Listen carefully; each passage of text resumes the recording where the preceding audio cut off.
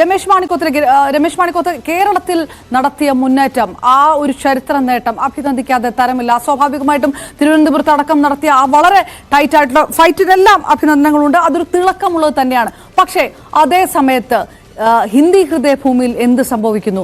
അയോധ്യ അടക്കമുള്ള മണ്ഡലങ്ങളിരിക്കുന്ന ഉത്തർപ്രദേശിൽ എന്ത് സംഭവിക്കുന്നു? ചില ആശയങ്ങൾ ജനങ്ങൾ തള്ളിക്കളയുകയാണ് എന്ന് BJP മനസ്സിലാക്കുന്നുണ്ടായിരിക്കുമോ ഇപ്പോൾ? എല്ലാവർക്കും നമസ്കാരം.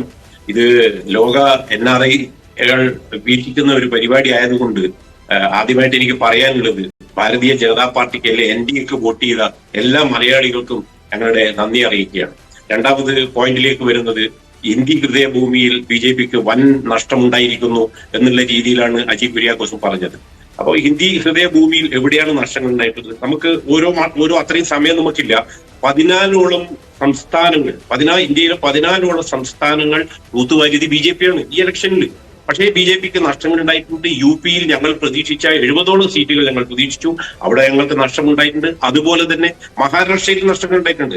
ബാക്കി സംസ്ഥാനങ്ങൾ എടുത്ത് പരിശോധിച്ചാൽ വൻ നേട്ടമാണ് BJPക്ക്. 3 സംസ്ഥാന ഭരണം തന്നെ നമ്മൾ നേടിയിരിക്കുന്നു. ഒന്ന് NDAയുടെ ചന്ദ്രബാബു നായിഡു നേതൃത്വത്തിൽ, മറ്റേ അരുണാചൽ പ്രദേശും ഇതും നമ്മൾ നേടിയിരിക്കുന്നു.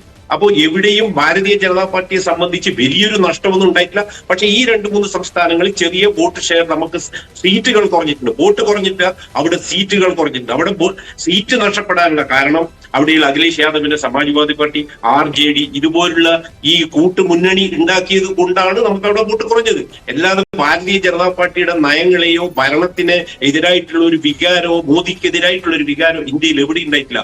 മറ്റൊരു കാര്യം നോക്കേണ്ടത്, ഇവര് പറയുന്ന ബാലികേറാമലിയായ സൗത്തിൽ നിങ്ങൾ നോക്കൂ. കർണാടകയിൽ കോൺഗ്രസ് ഭരിക്കുകയാണ്. ഇപ്പൊ ഒരു 4-5 മാസം മുന്നെയാണ് ഇവർ ഭരണത്തിൽ വന്നത്. അവിടെ ഇനി ജനങ്ങൾക്ക് വാരി കോരി കൊടുക്കാൻ അവരുടെ നികുതി പണം ഒന്നുമില്ല, കാര്യമായിരിക്കുകയാണ്. ഖജനാവ് അങ്ങനെ വാരി കൊടുത്തിരിക്കുകയാണ്. എന്നിട്ട് പോലും അവിടെ BJPയുടെ തേരോട്ട കർണാടകത്തിൽ നിങ്ങൾ മനസ്സിലാക്കണം. ആന്ധ്രയിൽ, തെലുങ്കാനയിൽ, തമിഴ്നാട് ഞങ്ങൾക്ക് അത്ര ശക്തിയുള്ള ഒരു സ്ഥലമല്ല.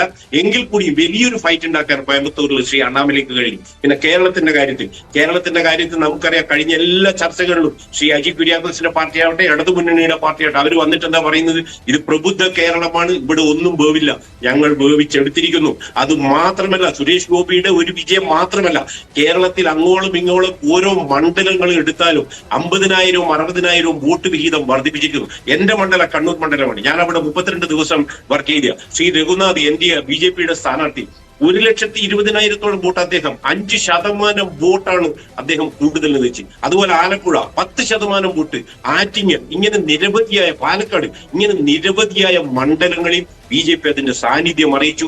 ജനങ്ങൾ തിരിച്ചറിഞ്ഞിരിക്കുന്നു ഇവരുടെ കള്ളപ്രചരണങ്ങൾ, വർഗീയ പ്രചരണങ്ങൾ. എവിടെയാണ് ഞങ്ങൾ വർഗീയ പ്രചരണം നടത്തിയത്? 1ഉം 2ഉം ഘട്ടങ്ങളിൽ അവകാശപ്പെടാൻ കേരളത്തിലെ, ഞാൻ പറഞ്ഞു, കേരളത്തിലെ അത് തള്ളിക്കളയുന്നില്ല. ആ ഘട്ടത്തിലേക്ക് കടക്കുമ്പോഴും ദേശീയ തലത്തിൽ BJPയെ സംബന്ധിച്ചിടത്തോളം കേവല ഭൂരിപക്ഷം ഇല്ലാത്തൊരു സാഹചര്യത്തിലേക്ക് പോകുക, ഇപ്പോഴും ഇന്ത്യ മുന്നണി സഖ്യം അല്ലെങ്കിൽ ഇന്ത്യ സഖ്യം സർക്കാർ രൂപീകരണ ചർച്ചകൾ, ആ അവസാന സാധ്യതയൊന്നും തള്ളിക്കളയാത്തൊരു സാഹചര്യമുണ്ട്. സ്വാഭാവികമായിട്ടും ഒരു വിയർത്ത് നിൽക്കുന്ന ഒരു സ്ഥിതി BJPക്ക് ഉണ്ടായിരിക്കുന്നു. ഉത്തർപ്രദേശിൽ ചെറിയ തിരിച്ചടിയല്ല എന്ന് പറയുന്നത്. ഉത്തർപ്രദേശിന്റെ പ്രചാരണം ആര് നയിച്ചു? നരേന്ദ്രമോദി, യോഗി, അമിത്ഷാ. അയോധ്യ വിഷയമായ സ്ഥലം, അയോധ്യ വിഷയമായ സംസ്ഥാനം, പ്രധാനമായി വോട്ട് അതിന് വരും എന്ന് BJP പ്രതീക്ഷിച്ച ഒരു സ്ഥലം. ചില തിരിച്ചടികൾ എന്ന് പറയുന്നത് നിങ്ങൾക്ക് തിരുത്തേണ്ടതായ ഒന്നും അതിനകത്തില്ല എന്ന് കരുതുന്നത് എങ്ങനെയാണ് ശ്രീ രമേശ് മാണിക്കോത്ത്? തിരിച്ചടികൾ ഞങ്ങൾ തള്ളിക്കളഞ്ഞിട്ടൊന്നുമില്ല. ഞാൻ ആദ്യമേ പറഞ്ഞു, UPയിലെ ഞങ്ങൾക്ക് ലഭിക്കേണ്ടുന്ന 70ഓളം സീറ്റുകൾ ഞങ്ങളുടെ പ്രതീക്ഷയിലുള്ളതാണ്. ഞങ്ങൾ അതാണ് 370 പറഞ്ഞത്, ഈ 70ഉം കൂടെ ചേർത്തിട്ടാണ്. പിന്നെ 400 പറഞ്ഞത് അത് നമ്മൾ ആഗ്രഹമാണ്, അത് നമ്മളെ സ്ട്രാറ്റജിയാണ്, ഇലക്ഷൻ സ്ട്രാറ്റജിയാണ്. പക്ഷെ 370 കിട്ടും എന്നുള്ള ഒരു നിശ്ചയദാർഢ്യം ഞങ്ങൾക്ക് ഉണ്ടായിരുന്നു. അതിൽ UPയും മഹാരാഷ്ട്രയിലുമുള്ള വൻ നഷ്ടം നമുക്ക് ഉണ്ടായിട്ടുണ്ട്. UPയിൽ മാത്രം 35ഓളം സീറ്റുകൾ നമുക്ക് നഷ്ടപ്പെട്ടിട്ടുണ്ട്. ആ നഷ്ടപ്പെട്ട അത് ഇന്ത്യ മൊത്തം. എന്നാൽ മോദിക്കെതിരെയുള്ള ഒരു വികാരമില്ല, ആന്റി ഇൻകംബൻസി ഇല്ല, ആന്റി മോദി ഫീലിംഗ് ഇല്ല, ഒന്നും. വാരണാസിയിൽ ഭൂരിപക്ഷം കുറഞ്ഞത് BJP അത് കാണുന്നുണ്ടായിരിക്കുമോ? വാരണാസിയിൽ ഭൂരിപക്ഷം കുറഞ്ഞത് അത് കാണുന്നുണ്ടായിരിക്കുമോ? സീറ്റ് കുറഞ്ഞിട്ടുണ്ട് UPയിലെ 30. രമേശ് മാണിക്കോത്ത്, വാരണാസിയിൽ ഭൂരിപക്ഷം കുറഞ്ഞത് ഞെട്ടിപ്പിക്കുന്ന ഒരു കാഴ്ചയായിരുന്നു. അത് BJP മനസ്സിലാക്കുന്നുണ്ടായിരിക്കുമോ? മാഡം, തെരഞ്ഞെടുപ്പാണ്, ഇലക്ഷനാണ്. ഇവിടെ ഉണ്ടായ ഒരു രാഷ്ട്രീയ കൂട്ടുകെട്ട് നമുക്കറിയാം.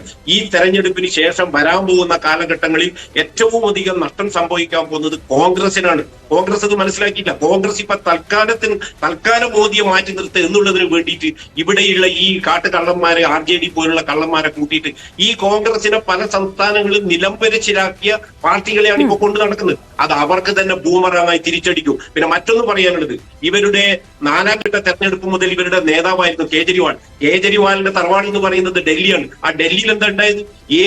7 സീറ്റും, നിലം തൊട്ടിട്ടില്ല, 7 സീറ്റും BJP നേടിയിരിക്കുന്നു. അപ്പൊ നഷ്ടങ്ങൾ ഉണ്ടായിട്ടുണ്ട്. അതിനെപ്പറ്റി പാർട്ടി വിലയിരുത്തും. അത് നികത്താനുള്ള അടുത്ത സ്റ്റെപ്പ് എന്താ വെച്ചാൽ അത് പാർട്ടി ചെയ്യുകയും ചെയ്യും. ഞാൻ തിരികെ എത്താം.